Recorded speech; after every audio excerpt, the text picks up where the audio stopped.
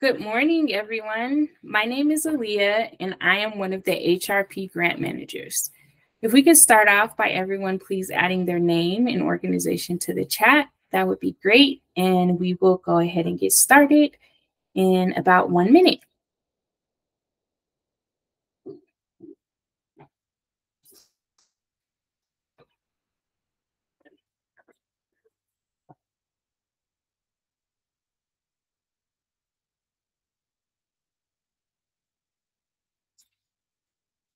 So on today's agenda, we will be discussing HMIS. I'll provide an overview of HMIS and its purpose. Then I have a couple of reminders and updates to share with you all at the end. And then we'll have time for questions. So let's get started. HMIS is a data collection system used by service providers to track the demographics, services provided, and outcomes for individuals and families experiencing homelessness. HMI is actually required by HUD to ensure accurate reporting and transparency for any programs receiving federal funding. So this includes HRP and ESG funded programs. The purpose of HMIS is to collect data on individuals and families experiencing homelessness, to track the delivery of services to individuals and families over time, and to help agencies improve services, coordinate care, and report data to funders like HUD. And I just also wanted to clarify here, I know that we recently switched our name over from ESG to HRP. Hopefully that is not causing any confusion for anyone. ESG regulations still are very applicable. We just felt that HRP was more encompassing to include all the different funding buckets that we receive funding for. We do not receive just ESG funding. We receive funding from several different sources. So this name appeared to be a lot more fitting.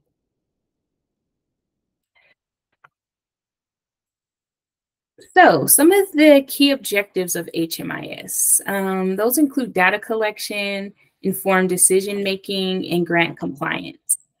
For data collection, this really helps to capture demographics, the services that are received, and the outcomes for people experiencing homelessness. As far as informed decision-making, this helps communities to better understand the causes and patterns of homelessness. And it provides the data that's necessary to develop effective policies and programs within their agency. And as far as grant compliance, this is required, as mentioned before, by HUD for continuum of care and emergency solution grant programs. How does HMIS work? So it's a centralized database. It aggregates information from service providers across the continuum of care. And it also uses real-time updates. So service providers can input and update client data in actual real time. And it provides confidentiality and data security. So data is encrypted and client information is stored very securely with strict confidentiality standards that are in place. Some of the key benefits of HMIS are it helps to improve service coordination. So it helps agencies collaborate by sharing relevant client data, preventing duplication of services, and it helps to track client outcomes. So it monitors housing stability, income changes, and service usage over time. It supports client development. So communities use HMIS data to make data-driven decisions and apply for federal and local funding. Who uses HMIS? So continuum of care, also known as COC agencies, for emergency shelter, transitional housing programs, and street outreach teams, as well as ESG funded programs similar to HRP. Emergency solutions grant programs use HMIS to track service delivery as well as housing incomes. And then at the state and local level, state and local governments, they use HMIS data for homelessness reporting as well as for policy development. There are a few challenges associated with HMIS, but I have a couple of solutions that can help combat these challenges. Some of the challenges include data quality, so ensuring accurate and complete data from all service providers, And then client privacy. So balancing data collection with confidentiality can sometimes be a challenge.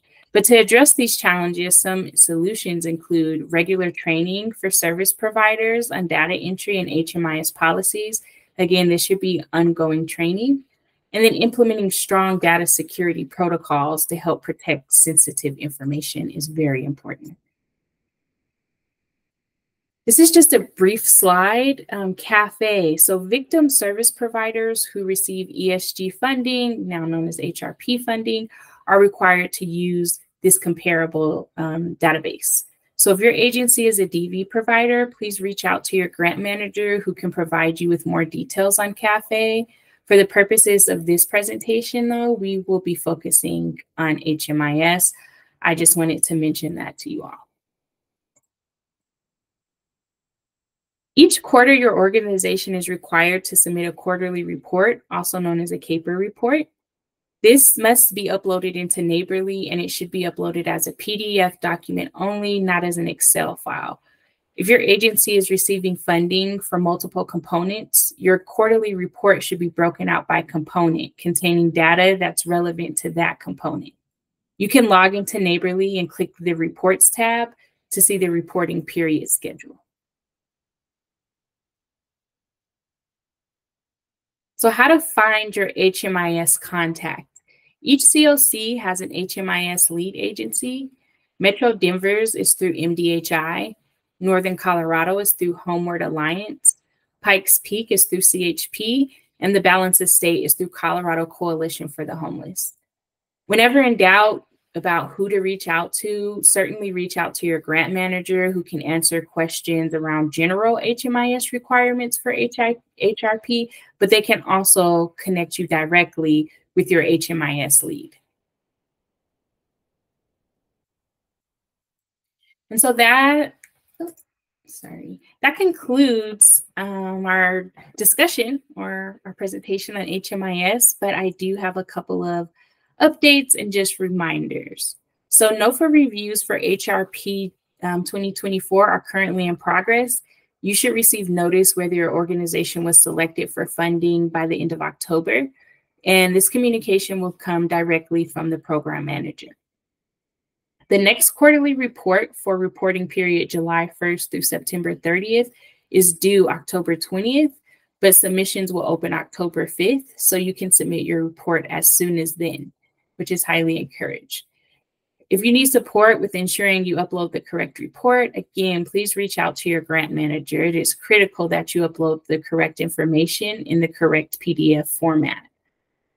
And then a reminder that offices will be closed Monday, October 7th for Cabrini Day. The next office hours will be Wednesday, October 20th at 9 a.m. And I will send out a reminder when the date gets closer.